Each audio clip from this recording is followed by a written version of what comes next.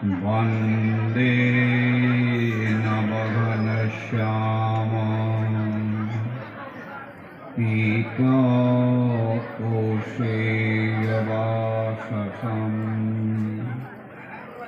सानन्दं सुन्दरं शुद्धं श्रीकृष्णं प्रकृतेः परम् जीवन प्रकृतिर অতীত সর্বাঙ্গ সুন্দৰ যাৰ শ্যামকলেবৰত পীতবস্ত্ৰই শোভা পাইছে সেইজন পূৰ্ণ কৃষ্ণৰ চৰণত সশ্ৰদ্ধা দণ্ডৱত নিবেদন কৰিছোঁ। দ্বিতীয়তে এই পবিত্ৰ লক্ষ্মীনাৰায়ণ যজ্ঞৰ শেষৰ কাৰ্যসূচী যি অভিনয়, এই অভিনয়ত কৃষ্ণ প্ৰেম আস্বাদন কৰিবলৈ এই অভিনয় ক্ষেত্ৰত সমবেত হোৱা আপোনালোকৰ জড়দেহসমূহক যি শক্তিয়ে চৈতন্যমন্ত কৰি ৰাখিছে সেই চৈতন্যাত্মক শক্তিৰ আধাৰস্বৰূপ আপোনালোকক সাক্ষাৎ নৰৰূপী নাৰায়ণ জ্ঞানেৰে আমি আমাৰ শ্ৰদ্ধা নিবেদন কৰিছোঁ। হে সুধীবৃন্দ, অসমৰ নৱবৈষ্ণৱ ধৰ্মৰ ধাৰক বাহক মহাপুৰুষ শ্ৰীমন্ত শংকৰদেৱে এখন ভাওনাত শুভ উদ্বোধক হিচাপে কোনোবা এজনক দায়িত্ব দিব লাগে বুলি তেখেতে দায়িত্ব অৰ্পণ কৰি থৈ যোৱা নাই। ভাওনাখনৰ শুভমংগলৰ উদ্দেশ্যেই প্ৰথমে গায়নে বায়নে পৰম্পৰাগত হিচাপে সপ্ত বৈকুণ্ঠ প্ৰতিষ্ঠা কৰি তাৰপিছত সূত্ৰধাৰে নাটকৰ সূত্ৰৰে আৰম্ভ কৰা ভাওনাত কোনো এজন ব্যক্তিয়ে শুভ উদ্বোধন কৰিবলগীয়া বুলি আমি নাভাবোঁ। তথাপিও শুভেচ্ছামূলক কিবা এষাৰ কোৱাৰ দায়িত্ব প্ৰদান কৰাত আমি থিয় হৈছোঁ। আমি এটা কথা জানো যে আমাৰ সাধাৰণতে অভিনয় কোৱা হয় ভাৱনা, অৰ্থাৎ য'ত মানৱে ভাৱ প্ৰদান কৰি এজন ব্যক্তিয়ে তেওঁৰ আৰ্হি আদৰ্শক প্ৰতিষ্ঠা কৰে, তাকেই কোৱা যায় ভাৱনা। যেতিয়া বৃন্দাবনত কৃষ্ণদেৱ হেৰাইছিল, সেই কৃষ্ণদেৱ হেৰাওঁতে কৃষ্ণক পাবৰ কাৰণে কৃষ্ণ ভাৱনা কৰিছিল গোপীসকলে। মই কৃষ্ণ বুলি গোপী সবে কৰয় ভাৱনা। এই যি কৃষ্ণৰ পোৱাৰ গোপীসকলৰ যি ভাৱনা দ্বাপৰ যুগত শেষত কলিৰ কালৰ আৰম্ভণিতে সেই পৰম্পৰাৰে আহি আমাৰ মাজত ভাৱনাৰ সৃষ্টি হৈছে। তাৰ আগত বেদৰ যুগতো ভাৱনা অৱশ্যে আছিল। এনে আমাৰ এটা সূত্ৰ কৰা হৈছে, ঈশ্বৰৰ কৰ্তৃত্ব শক্তিক মানৱে মানসিক কৌশলেৰে কৰা পূৰ্ণ ভাৱনাই হ'ল কলা।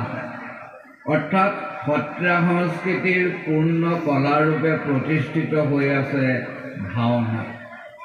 ভাওনাত এনে বস্তু নাই যি বস্তু কলাত নাই। কলাত যিমানখিনি শক্তি একত্ৰিত হৈ আছে সেই সমস্ত শক্তি হ'ল ভাওনা। এই ভাওনাৰ মাজত আমি আমাৰ সংসাৰিক জীৱন যাত্ৰাৰ সকলোবিলাক সম্বল আমি লাভ কৰোঁ। আমি তাত্ত্বিক দৰ্শনলৈ নগৈ সামাজিক দৰ্শনলৈ যদি আমি আগবাঢ়ি আহোঁ, আমি দেখোঁ যে আমাৰ জীৱনত পৰিশ্ৰমৰ ব্যতিৰেকে জীৱনৰ গতিপথ কেতিয়াও সুন্দৰ নহয়। সেইকাৰণে ভাওনাত কেনেকৈ পৰিশ্ৰম কৰিব লাগে, প্ৰহ্লাদে কেনেধৰণে কৰিছে, ধ্ৰুৱই কেনেধৰণেৰে পৰিশ্ৰম কৰি ভগৱানক লাভ কৰিছে, বা যুদ্ধ কৰিবলৈ যুদ্ধ কৌশলৰ নিমিত্তে যিমান পৰিশ্ৰম কৰিছে, তাৰ আদৰ্শ আমাক ভাওনাই দেখুৱায়।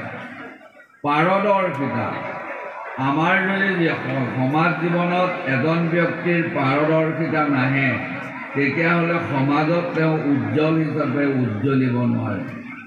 যেনেকৈ অৰ্জুনৰ ধনুবিদ্যাৰ পাৰদৰ্শিতা, ভীমৰ গদাযুদ্ধৰ পাৰদৰ্শিতা, এই গোটেইবিলাক কাৰ্যই আমাক যে প্ৰত্যেককে যে একোজন পাৰদৰ্শিতা ব্যক্তি হ'ব লাগে, তাক ভাওনাৰ মাজত আমি দেখা পাওঁ। প্ৰেম হ'ল ইজনে সিজনৰ প্ৰতি থকা যিটো আসক্তি, সেই আসক্তিটো যেতিয়া বাঢ়ি যায়, সা তস্মিন পৰম প্ৰেম ৰূপা, সেই ভাল পোৱা আসক্তিটোক যেতিয়া খুব বেছি ধৰণে গ্ৰাহ হয়, তাক কোৱা যায় প্ৰেম। এই সমাজৰ মাজত প্ৰতিজনে আমাৰ মাজত প্ৰেম থাকিব লাগিব। মানৱে মানৱৰ প্ৰতি, বন্ধুৱে বন্ধুবৰ প্ৰতি, স্বামীয়ে পত্নীৰ প্ৰতি থকা যে অত্যন্ত গ্ৰাহ ভাল পোৱা, এই ভাওনাৰ আদৰ্শ, এই ভাৱৰ আদৰ্শ আমি ভাওনাত লাভ কৰিবলৈ পাওঁ। আৰু পবিত্ৰতা, নিজক পবিত্ৰতা ৰক্ষা কৰি ৰখাটো প্ৰতিজন ব্যক্তিৰে কৰ্তব্য। এই পবিত্ৰতা কিন্তু দুজন মানুহে গম পায়। মানুহ বুলি ক'লেও ঠিক শুদ্ধ নহয়, এজন নিজে আৰু আনজন ঈশ্বৰ, যাক আমি সাক্ষী বুলি ভাবোঁ। তাৰ বাহিৰে আমি কিমান পবিত্ৰ হৈ আছোঁ কোনো মানুহে নাজানে, কাৰণ আমি অত্যন্ত গোপন হিচাপে পবিত্ৰতাক কেতিয়াবা বিনষ্ট কৰি অপবিত্ৰতা হৈ পৰোঁ। এই চাৰিটা পথ, পৰিশ্ৰম, পাৰদৰ্শিতা, প্ৰেম আৰু পবিত্ৰতা, এই চাৰিটা পৰ জ্ঞান আমাক এখন ভাওনাই প্ৰদৰ্শন কৰে। ঠিক তেনেকৈ গৃহস্থী ধৰ্মৰ সপ্তসূত্ৰ, আমাৰ এখন গৃহত কেনেকৈ 7টা সূত্ৰ একত্ৰিত হৈ আছে, সেই সপ্তসূত্ৰৰ বৰ্ণনাও প্ৰদান কৰে এখন ভাওনাই।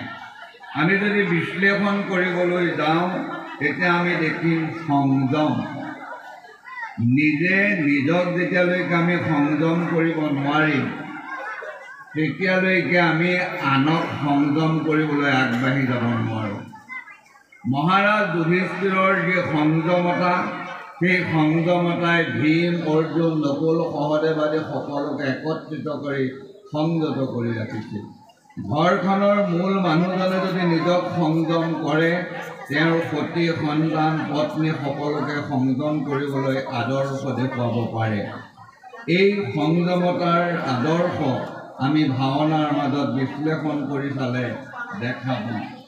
সন্তুষ্টি, নিজ সন্তুষ্টি জগত সন্তুষ্টি বুলি এষাৰ কথা আছে। নিজক সন্তুষ্টি কৰি ৰাখিব পাৰিলেহে সমাজখনকো আমি সন্তুষ্ট হিচাপে ৰখা পাৰিম। নতু আমি সদায় অসন্তোষীয়া এটা মানসিক ভাৱেৰে গোটেই জীৱন অতিবাহিত কৰিবলগীয়া হ'ব পাৰে।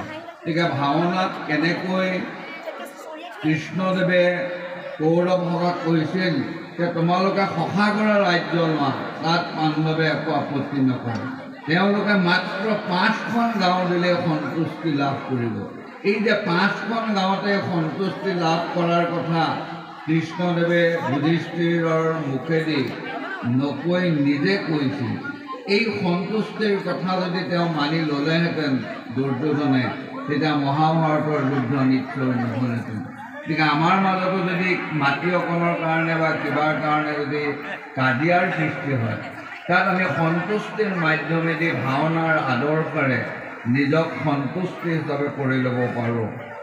সন্তান, গৃহস্থী ধৰ্মত সন্তানটো অতি আৱশ্যকীয়, যিহেতু নিজৰ জন্ম ৰক্ষাৰ কাৰণে সন্তান জন্ম দিবই লাগিব। কিন্তু এটা সন্তানক জন্ম দিলেই সন্তানটোক গঢ় দিয়া নহয়, এটা সন্তানক এনেধৰণেৰে গঢ় দিব লাগে তাৰ জ্ঞান আমি ভাওনাৰ মাজত পাওঁ। কুন্তীয়ে নিজৰ 3টা সন্তান আৰু নিজৰ সপত্নীৰ 2টা সন্তানক যি ধৰণেৰে গঢ় দি পেলাই পঞ্চপাণ্ডৱক সমাজৰ মাজত প্ৰতিষ্ঠা কৰিলে, কিন্তু গান্ধাৰীয়ে নিজৰ 100 পুত্ৰ সখাগৰা ৰাজ্যৰ মাজত 61 ৰজা হোৱাৰ পিছতো সন্তানক সন্তান হিচাপে গঢ় দিব নোৱাৰিলে। সেয়ে আমি আজি দুৰ্যোধন বুলি ক'লে যি ভাৱ জাগৃত হয়, যুধিষ্ঠিৰ বুলি ক'লে সেই ভাৱ জাগৃত নহয়। যুধিষ্ঠিৰ এজন ধৰ্মযোদ্ধা হিচাপে সমাজত প্ৰতিষ্ঠিত হয়। সংবেদনশীলতা। আমি কোনোবা এজন মানুহ অত্যন্ত কষ্ট হৈছে, তেওঁ ইমান কষ্ট কৰিও কৃতকাৰ্য হ'ব পৰা নাই, তেওঁৰ কষ্টত আমি সহানুশীলতা দেখুৱাই কেনেকৈ তেওঁক উদ্ধাৰ কৰোঁ। অকল নিজৰ জীৱনক উদ্ধাৰ কৰাতকৈ আনকো সংবেদনশীলতাৰে এটা দৃষ্টি নিক্ষেপ কৰাৰ আদৰ্শ আমি ভাওনাৰ মাজত পাওঁ। সংকল্প। বিনা সংকল্পৰে কোনো কাৰ্যসিদ্ধি নহয়। মই ইঞ্জিনিয়াৰিং চিট এটা ল'ম, মই ডাক্তৰী চিট এটা ল'ম, এনেধৰণে ল'ৰা ছোৱালীবিলাকে যদি সংকল্প কৰি নপঢ়ে, পিছত পৰীক্ষাৰ পিছত যদি তেওঁ চিট এটা ল'বলৈ যায় কেতিয়াও নহ'ব।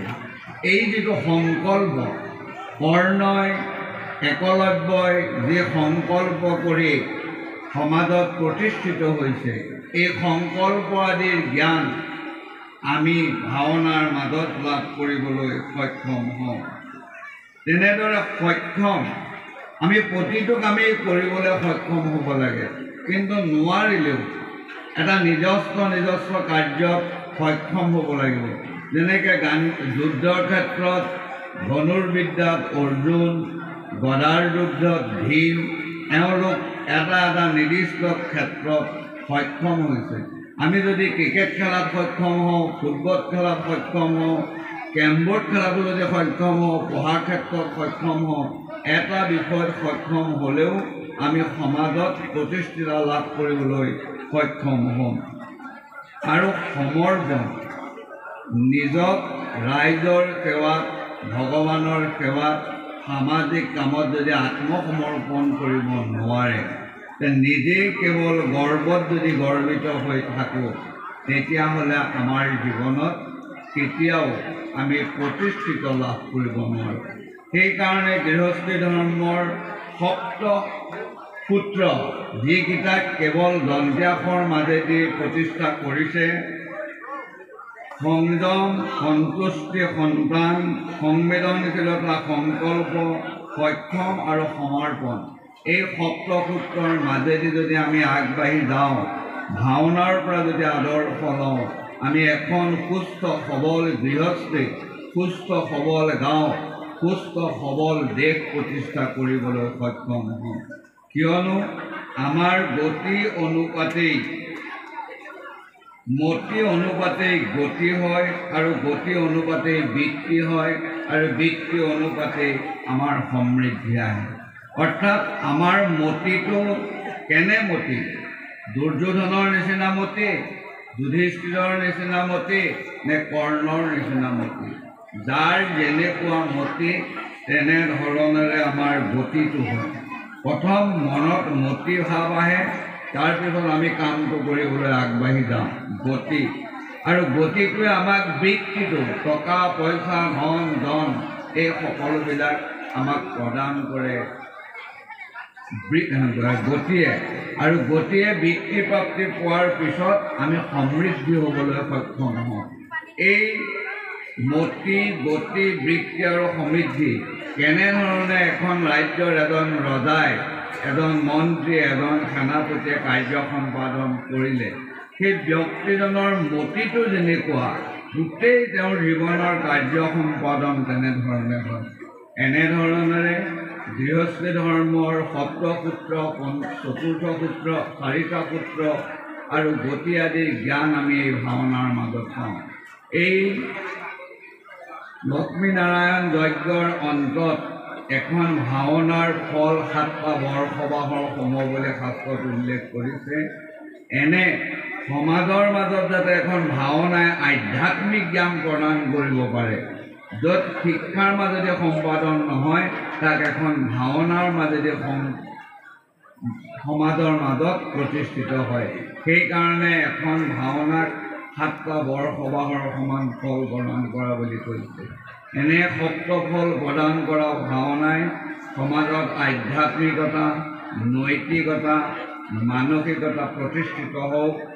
ভাওনাৰ যি ফল শাস্ত্ৰত উল্লেখ কৰিছে, সেই ফল ভাওনাদাতা, ভাওনা কৰ্তা সকলোৰে শিৰত বৰিখন কৰক।